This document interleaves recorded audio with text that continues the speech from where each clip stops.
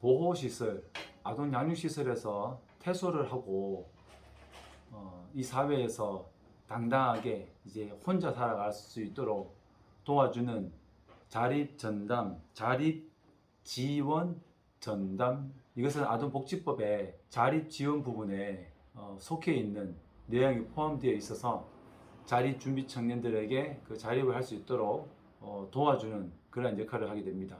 그런데 이 기관들을 보면서 좀 여러 가지 생각들이 듭니다. 많은 청년들이 이 기관에서 도움을 받고는 있지만 또 어떤 친구들은 이 기관에서 도움을 별로 받으려고 하지 않는 청년들이 많습니다. 요즘 이전에는 자립전담 요원, 아동 양육시설에 있는 자립전담 요원께서 50명, 60명, 70명이 되는 퇴소를 하고 5년이 지날 때까지 이 아이들을 돌봐준다는 건 이 아이가 좀 힘들 때 서로 지지해 줄 수 있고, 어떻게 보면 힘 닿는 데까지 취업도 알선해주고 잘 사는지 확인하고, 그런 관계를 일들을 했는데, 이제는 자립지원 전담 기관에서 시설로부터 개인 정보를 다 받아서 이 아이들을 관리한다고 합니다.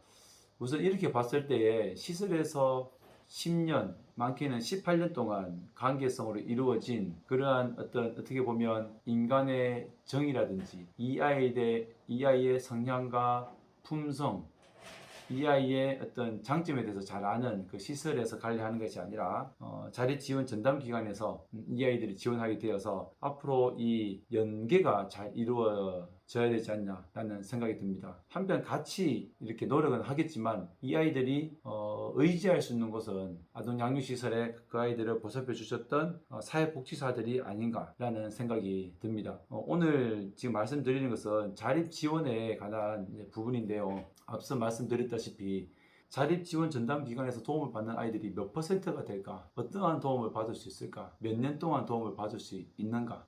정말 뭐랄까, 제가 만약에 지금 이제 18, 20살의 자립준비 청년이라면 자립지원 전담기관에 많은 것을 의지를 할 것 같아요. 도움을 받을 수도 있고, 정말 많은 기관에서 체계적으로 주거를 제공하고 또 멘토를 연결해주고 많은 일들을 하고 있습니다. 그래서 본인이 어떤 생각만 있으면 이 기관에서 많은 도움을 받을 수가 있겠죠. 그런데 한편으로는 어떻게든 나중에 스스로 자립을 해야 되는 그러한 시기가 닥치고, 또 자립은 현실입니다. 현실이기 때문에 그리고 어떻게 기관에서 어떠한 도움을 주더라도 당사자인 본인이 스스로 헤쳐나가야 되는 부분들이 많습니다. 그러다 보면 여러 가지 시행착오가 생기겠죠. 자립지원 전담 기관에서 여러 이 아이들에 대한 5년 퇴소 후 5년을 관리를 하는데 너무나 많은 곳에서 도움을 주고는 있습니다. 그러면 이 도움을 받는 것, 그리고 자신들이 해야 되는 그런 일들을 조금 더 빨리 이제 경험하려고 하고 도움을 받으려고 하는 그런 마음들이 필요하다고 생각이 듭니다. 한편으로는 그런 일이 있습니다. 이제 어느 대학생이 대학교를 졸업하면 이제 보육원 퇴소가 되었죠. 퇴소가 되었는데 본인이 이제 예를 들어 어떤 개인 사업장을 하고 있습니다. 그런데 퇴소를 하고 5년이 지나지 않았기 때문에 사업장을 운영하다가 어느 순간 갑자기 자립지원 전담기관에서 자신을 관리해야 된다라고 해서 전화가 왔습니다. 기분이 상당히 나쁘죠. 이제부터 혼자 살아가고 싶은데 그러면 아마 이 기관에서도 잘 살고 있구나 이렇게 평가를 하고 마무리를 할 겁니다. 그래서 먼저 시설에 이 아이에게 자립지원 전담기관에서 전화로 해도 되겠느냐 의사를 물어보고, 그 의사를 존중해서 나는 괜찮다 라고 의사를 전달했지만, 그럼에도 자립지원 전담기관에서 관리할 수밖에 없는 그런 체계도 있습니다.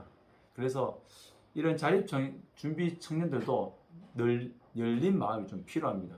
도움을 안 받아도 되는 그러한 상황임에도 불구하고 도움을 받을 수 있는 일이 있다면 도움을 받을 수 있는 그런 열린 마음도 좀 필요하다는 겁니다. 그리고 본인이 잘 성장하였고 그래도 건강하게 자립에 성공하는 어떤 길목이 있다는 것을 자립지원 전담 기관에 알림으로써 이러한 표본 어떤 케이스가 마련되어서 다른 후배들에게도 이러한 것들이 전수가 잘 될 수 있도록 하는 것이 바람직하다고 생각이 듭니다. 혹자는 그냥 퇴소 후에 맨 땅에 헤딩하다시피 살아가는 친구들도 많을 거라고 생각합니다. 저는 그들에게 적극 요구합니다. 정말 도움을 받을 수 있는 곳이 있다면 도움을 받으면 좋겠다. 그리고 지금 현재 도움을 받는 분들이 계시다면 더 도움을 받을 수 있도록 노력하고, 또 이러한 정보들이 있다면 주변의 친구들에게 꼭 알려주면 좋겠다. 일종의 초록우선재단에서 대학교에 다니는 아이들에게 4개월 동안 200만 원의 연장 생활비를 준다, 이런 사업들도 합니다. 이렇게 무수히 많은 기업체에서 자선단체에서 하는 사업들에